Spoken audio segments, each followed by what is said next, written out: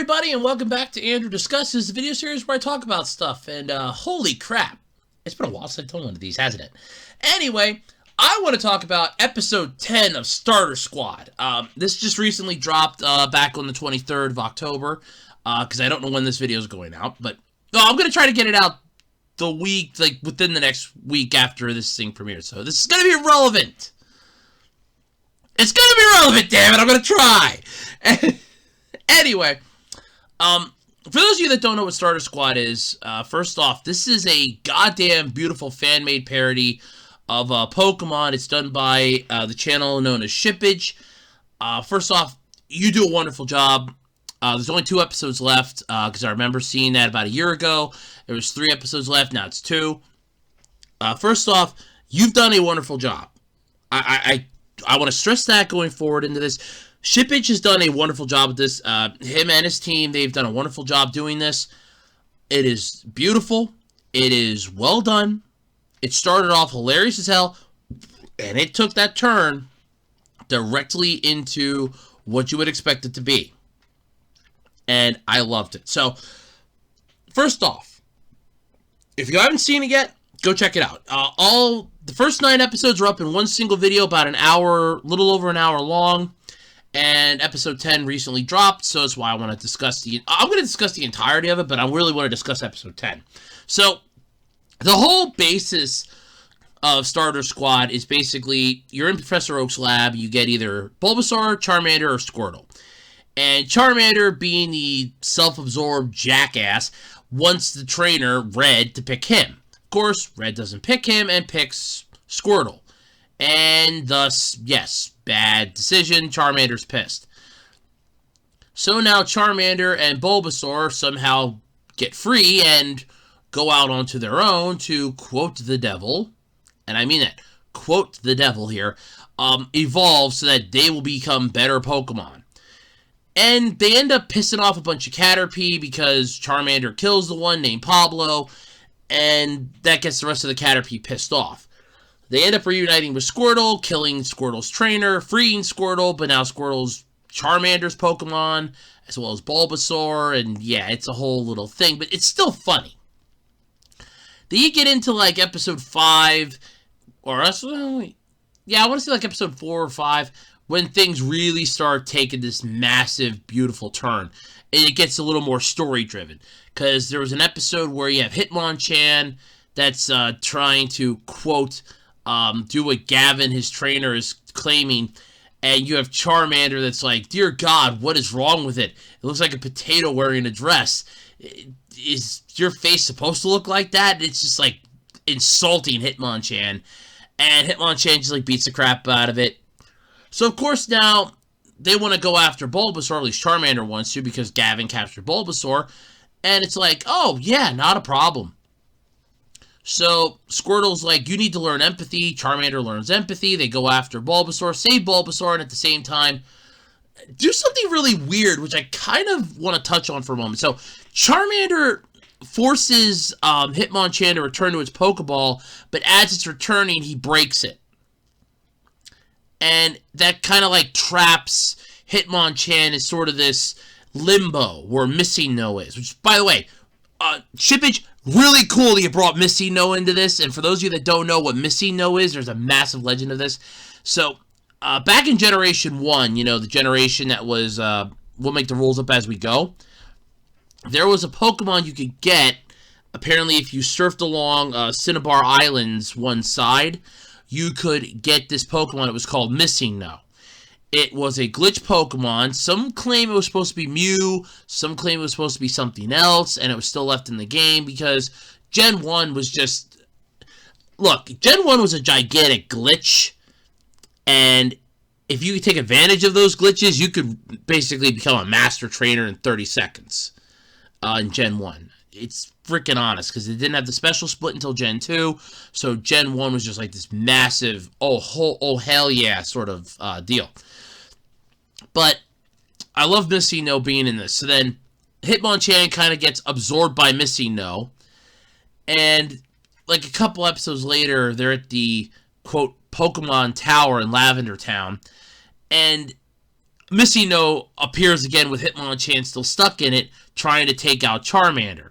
Now, I'm trying to figure out how in the hell Charmander is involved in, the whole Missy No thing, but then again, Hitmonchan, I think, is mostly pissed because Charmander trapped it there, and now it's forced for the rest of eternity to, quote, be stuck with, Missy No, which is honestly a fate worse than death.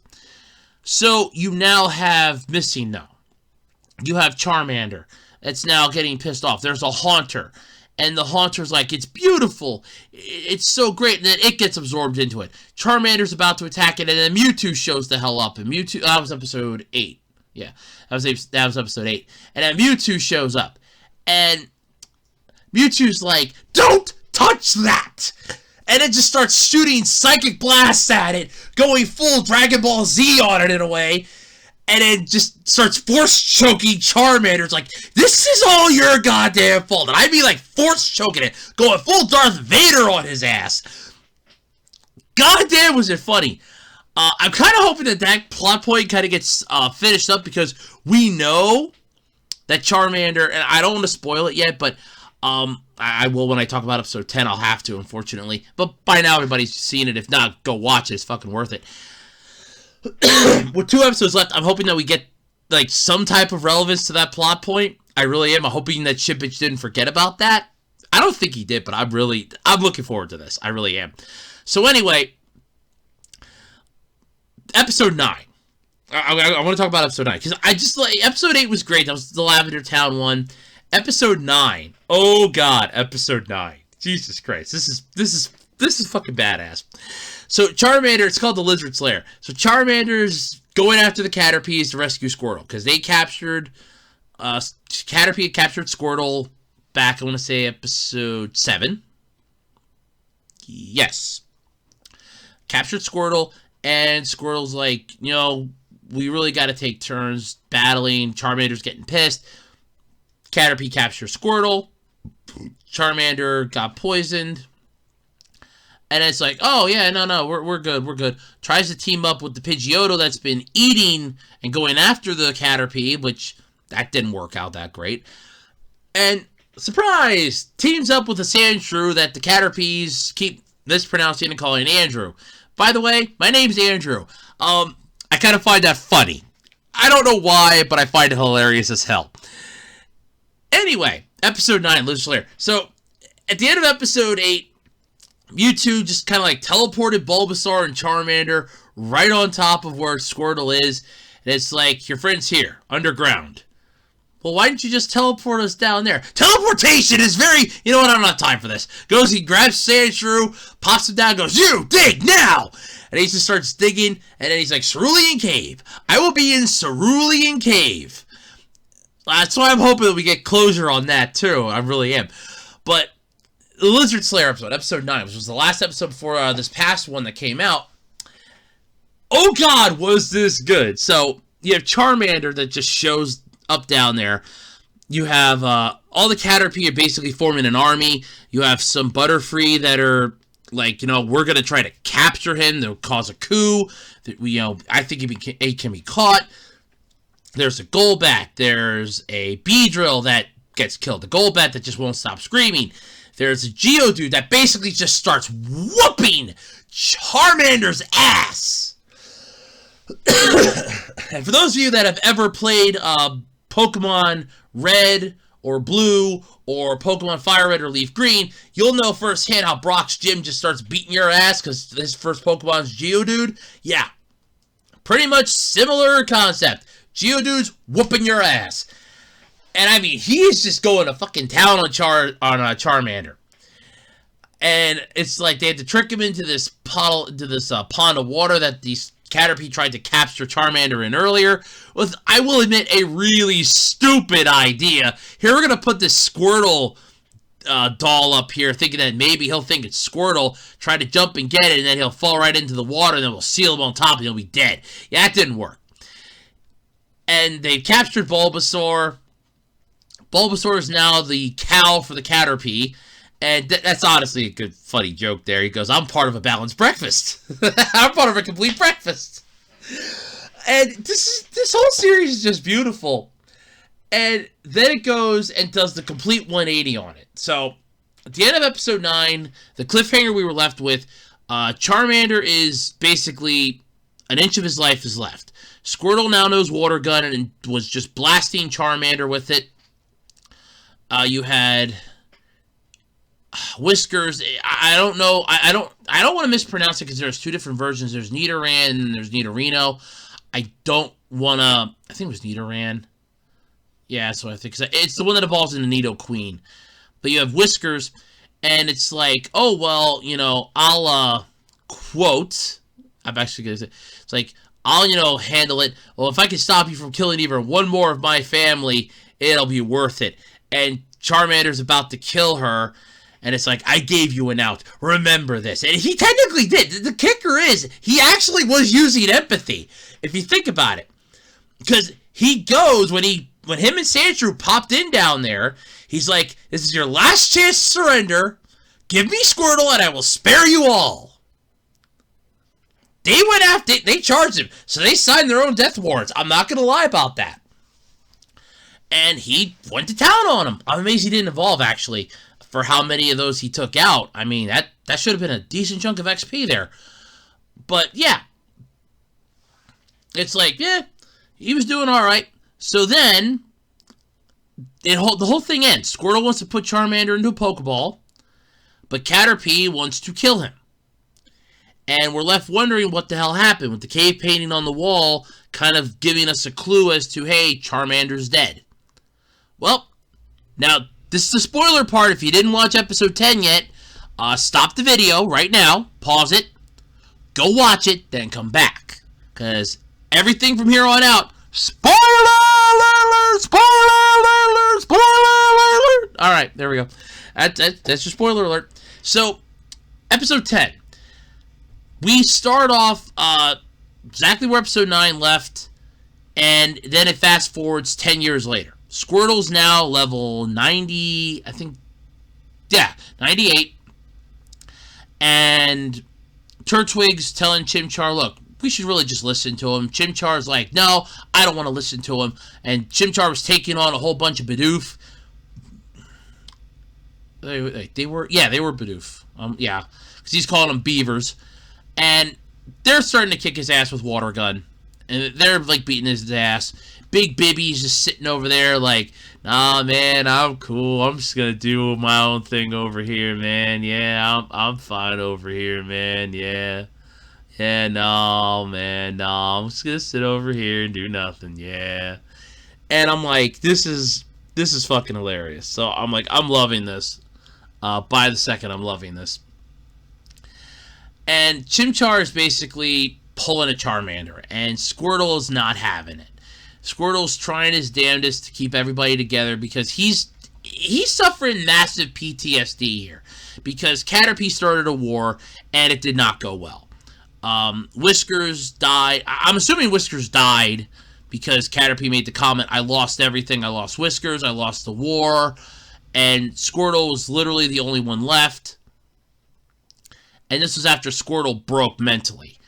Because Squirtle's taking on a Fearow, and Caterpie goes, I believe in you, and Squirtle just snaps. It's like, you believe in me? You believe in me? After you enslaved me? And just starts killing Fearow. And after Fearow's dead, Caterpie's like, no, use the hatred that you have towards me. Use it. Remember it. And always remember it. Use it as your power. And Squirtle just looks over, and Caterpie's wearing Charmander's head as a hat.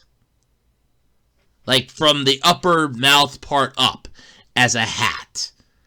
And it's like, Charmander's dead. 100% Charmander's gone. So he's trying his damnedest to prevent Chimchar from going down the same pathway.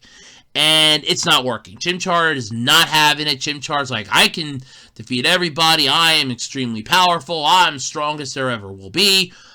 And it's not going well for him. He's getting his ass whooped. He's getting beat. He's getting his ass royally kicked by the beavers. And then he's like, I'm going to go up all the way up top to the highest mountain in the world because Squirtle won't be able to outclimb me. Oh, well, no. He kind of follows him. I think it was Snover was the one that they were talking to that was really weird. It's like, I haven't had a flashback in about 3 years. I'm just like, oh god. I know, honestly, I can see how annoying that type of a companion can be. Turtwig gets pissed off and leaves because Squirtle's basically using him and Chimchar to, like, get back what he lost, and Turtwig's not having it. And then you have the whole battle, because Squirtle's been wearing this Everstone the entire time around his neck because he doesn't want to evolve. So, of course, he's taking on, Abomasnow. And Abomasnow is just like, I am an emissary of my gods, and just starts beating the crap out of Squirtle. And Squirtle's like, if my friend could get past you, so can I. And then he just laughs and goes, what makes you think any mere, being could get past me? And then pulls up a frozen slab, and Chimchar's dead inside of it. And Squirtle just loses it and snaps again. And it has another PTSD flashback where we find out that Caterpie lost the war. It did not go well. It's only Squirtle and Caterpie. That's all that's left. And Squirtle's like, I'll do whatever you say. You're my trainer. I'll do whatever you say. It's like Caterpie's like, tell me there's something that can be done. There's something that can be done. And it's just like he's broken. He's just mentally broken inside. And Caterpie realizes that everything Squirtle forewarned him about has happened. Every single thing. And then Squirtle's just like, no, we had a choice. And he just freaking loses it on Abomasnow after he comes out of his flashback and goes, no, we had a choice. Your gods didn't kill anybody. You did. We had a choice. You could have disobeyed them. And then Squirtle takes the Everstone off, chucks it at Abomasnow, breaking off one of his icicle teeth, and then he evolves into War Turtle. And just fucking badasses him. Rips Abomasnow's right arm off like it's nothing, and just shell bashes him into nothing. He just shell bashes him into no existence. The Snovers are like, we can finally go up Snow Way whenever we want. And he looks at Chimchar's frozen, body, and it's like, if you would have evolved, you could have beaten them. You could have shown whatever gods are up there, that you could have taken them all on. And then he's like, I'm going to go up there and go after him. And this is honestly, I want to say this is one of the better episodes. Because this entire, pretty much I want to say from episode, I want to say 4 or 5. I'm going to say 5, I want to say, maybe. 5 or 6. I don't know. The one with the Forest King. I'd actually have to double check the number here, but pretty much from that one on, it's Squirtle's PTSD. Squirtle's putting up with Charmander. Squirtle's putting up with the Caterpies. Squirtle's just dealing with everything and finally snaps. He couldn't save Charmander, even though he should have jumped in. He couldn't save Charmander. Bulbasaur just wanted to stay there because he's like, oh, I get to eat my favorite berries, and these Caterpie are just going to eat off my bulb. Yeah, I don't care. I get to have all these delicious berries for the rest of my life. I'm just going to be the cow now. This is my life. And Squirtle's just mentally broken throughout the whole thing. It's like, no, I can't do this anymore. No, I'm done. And he's broken. He's just mentally broken. And the whole time you're watching this, you're like, holy shit, this is impressively done. Because you're not expecting Squirtle to be broken like this. You're not expecting Squirtle to be suffering this badly. It's like, and he's been carrying this for 10 years. 10 years he couldn't have saved Charmander. 10 years knowing that his actions brought about all this shit that has happened. 10 years worth of regret, and it's just building up inside of him. And honestly, I'm not going to lie, it's very well done. It was very well done. You had the balancing act of, I'm trying to, get back what I lost, while at the same time, sort of trying to prevent Chimchar from going down the same pathway that Charmander went down. But Chimchar is just stubborn as all hell, is not taking it, is just flat out refusing it. And Squirtle's like, no, you gotta listen to me. We can't do this anymore. You have to listen to reason. No. I'm gonna do this my way. I'm better. Stop following me. You got Turtwig that's just like, yeah, no.